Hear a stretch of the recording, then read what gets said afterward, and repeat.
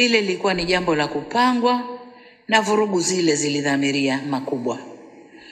Vurugu zile ni mradi pana sana wenye nia kuu ya uovu ulio na wafadhili, washitiri na watekelezaji.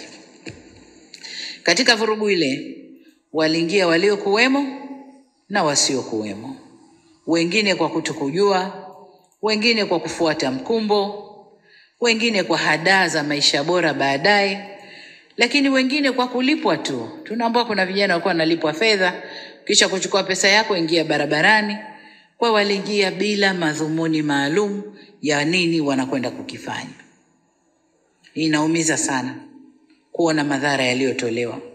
Nadhani takwimu zinatolewa sasa hivi na halafu. Kuna majengo kadhaa ya serikali yameunguzwa. Kuna miradi kadhaa iliyojengwa kwa manufaa ya wananchi imeunguzwa.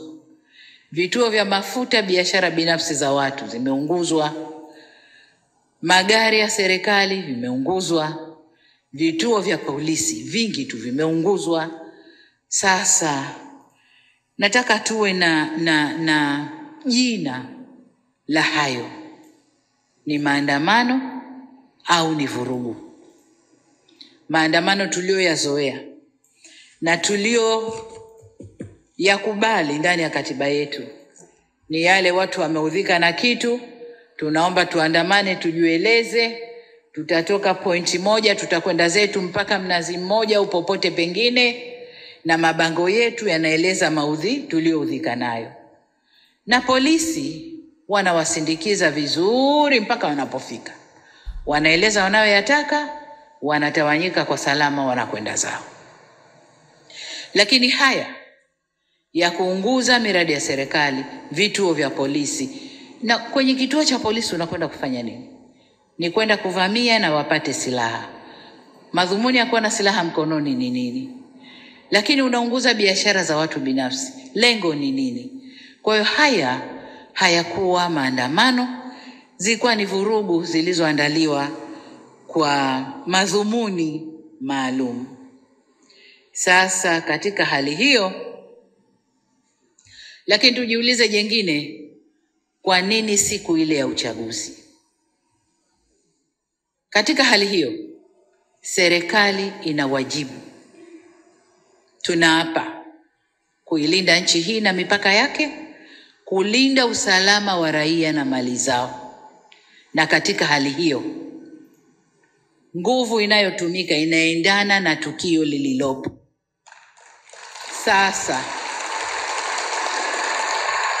tunapoambiwa kwamba tulitumia nguvu kubwa sana kwenye tukio lile, nguvu ndogo ilikuwa ni ipi?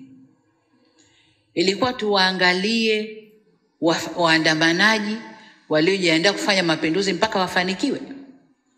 Hapo patakuwa pana dola kweli? Dola haiko hivyo. Na hayapo Tanzania peke yake. Tulishashuhudia kwa wenzetu. Waandamanaji wengi wanaingia njiani. Na wakiingia njiani, serikali ikiona huu uandamanaji unakwenda pasipo, wanaweka nguvu kubwa. Wanaweka nguvu kubwa. Yameshafanyika kwenye mataifa huko na tumeyaona. Sasa wanaporudi kutulaumu mlitumia nguvu kubwa, wao walitaka nini? Tujiulize, je, hao ndio wafadhili wa kile kilichofanyika? Walitaka tuangalie ile mobu mpaka ifanikiwe walichowapa fedha, walichowatuma? Hapana. Tuliapa kulinda nchi hii na mipaka yake, usalama wa raia na mali zao. Kwa hiyo katika kufanya hivyo, kama wanavyofanya wao, na sisi tutafanya vile vile kuilinda nchi hii.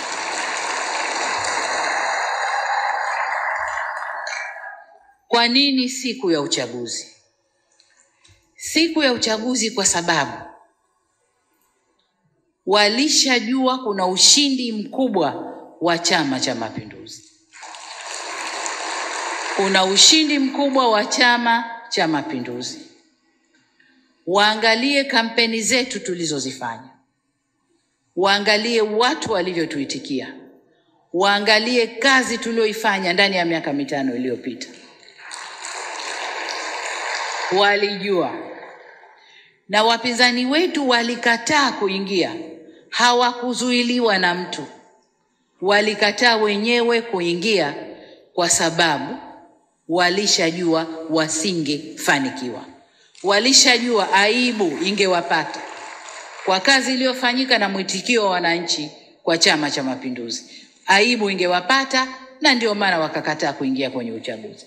Lakini wanayageuza, serikali imewazuia kuingia ndani ya uchaguzi. Lini tuliwazuia? Na yafafanua haya, ndugu zangu wazee wa Dar es Salaam, muijue hali halisi.